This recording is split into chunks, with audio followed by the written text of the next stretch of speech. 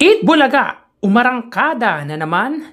Yan ang pag-uusapan natin sa prizes given at highest views na nakuha po ng dalawang noontime show. At bago natin umpisahan ang online viewership ng dalawang noontime show, ay humiling ako na pakisubscribe ang aking YouTube channel. Pakiclick ang bell icon para una kayong ma-notify sa mga bagong video na ilalabas ko. At pakidami nyo na din na i-follow ang aking Facebook page na Mega TV at ang aking TikTok account na Kaparokya TV.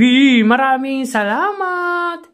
So yun nga mga kaparokya, umarangkada na naman po ang Eat Bulaga pagdating sa online viewership or sa highest views, even sa prizes given. Bakit kanyo mga parokya?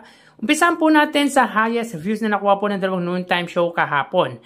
So ito po ay episode kahapon, January 2. So makikita po natin dito sa in-screenshot po natin sa oras na 1:20 PM under sa kanilang main YouTube channel na ABS-CBN at Showtime na may 2.48 million subscribers at sa segment na And the Breadwinner Is, sila po ay may 59,000 highest views. So ito po yung pinaka-peak na views po ng Eat Showtime. Samantalang ang Eat Bulaga naman po mga parokya sa oras na 1:49 PM at sa segment na Gimme 5, under po yan sa kanilang main YouTube channel na Eat Bulaga TVJ na may 1.19 million subscribers.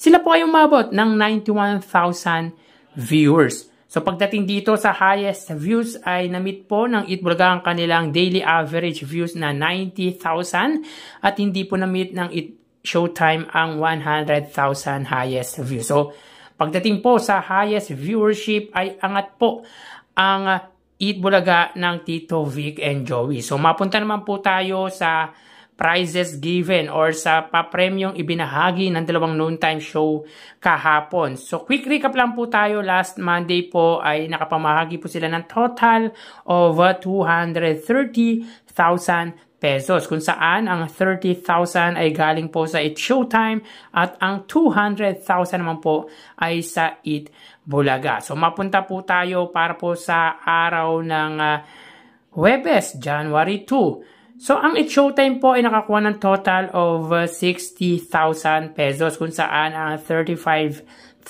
po ay galing sa showing Bulilit, 20,000 sa And the Breadwinner Is plus Sari-Sari Store Package, event clothing, self-care package at general check-up po ng pamilya ng participant or yung nagwaging participant ng And the Breadwinner Is plus 15,000 po sa tawag ng tanghalan with a total of 70,000 pesos. So, correction lang po mga parokya, 70,000 po ang total na naipamahagi ng Eat Showtime kahapon. Para naman po sa Eat Bulaga, sila po ay nakapamahagi ng total of 235,000 pesos. Sa 235,000 mga kaparokya, ang 30,000 dito ay galing po sa pera fee, 85,000 sa sugod bahay mga kapatid segment, 55,000 sa Gimme 5, 50,000 naman po sa Eat Bulaga Christmas raffles at 15,000 po sa The Clones. So with a total of 235,000 pesos. So may total po na 305,000 pesos po ang dalawang noontime show kahapon. So in today's episode mga kaparokya, from Wednesday to Thursday or Miyerkules hanggang Huwebes, sila po ay nakapamahagi ng total of 535,000 pesos. Kung saan ang 100,000 dyan ay galing po sa Eat Showtime at ang 435,000 naman po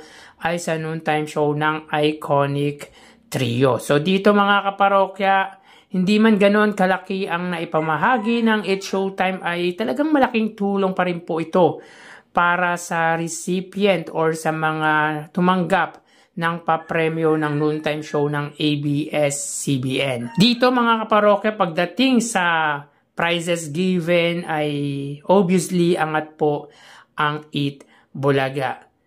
So tara ating alamin ang online viewership ng dalawang bigating noontime show.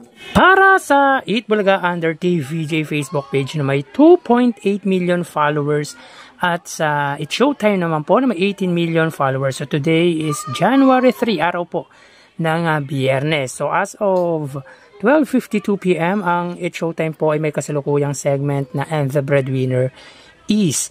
At ang Eat Bulaga naman po ay may segment na Sugod Bahay, mga kapatid. So dito may kita po natin mga kaparokya na ang It's Showtime po ay may 4,300 viewers, samantalang ang Eat Bulaga po ay hindi pa po nagpa-pop up ang kanilang live. So wait lang po tayo ng konting sandali mga kaparokya. So para naman po sa Eat Bulaga mga kaparokya, sila po ay may 3,800 viewers. So again, as of 12:52 PM, ang It's Showtime po ay may 4,200 viewers.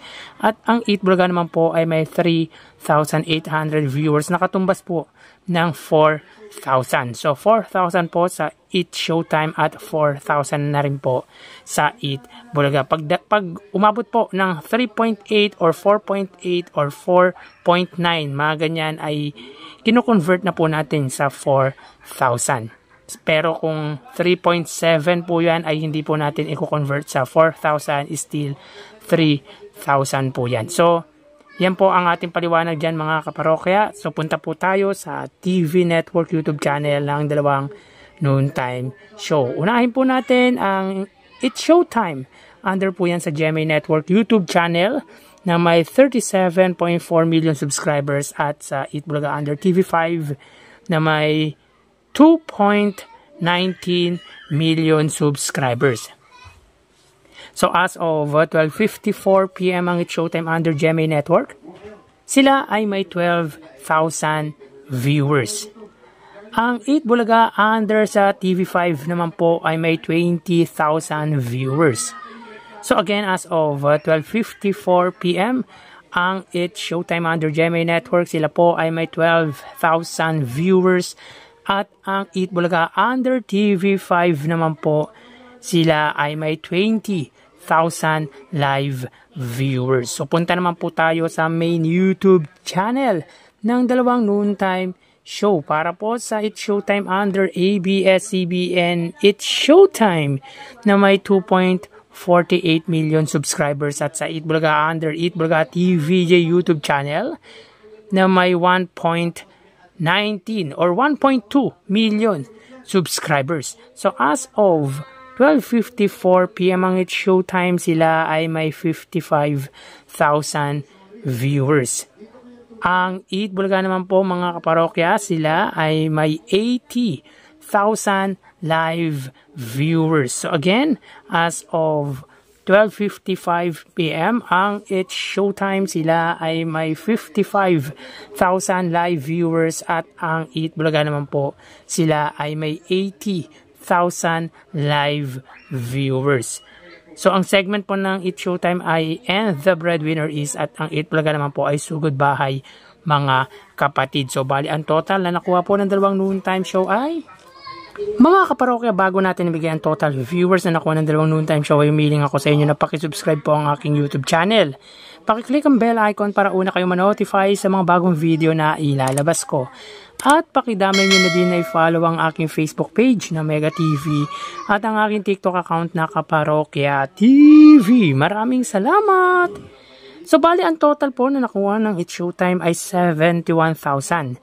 4,000 sa Facebook Live, 12,000 sa TV Network YouTube channel at 55,000 naman po sa main YouTube channel. Ang Eat Bulaga naman po ay nakakuha ng total na 104,000 viewers. 4,000 sa Facebook Live, 20,000 sa TV Network YouTube channel at 80,000 naman po sa main YouTube channel. So yan po ang lumalabas sa kanilang online viewership as of 12:56 PM. So again, ang It's Showtime po may 71,000 total live viewers at ang Eat Bulaga naman po ay may 104,000 total live viewers.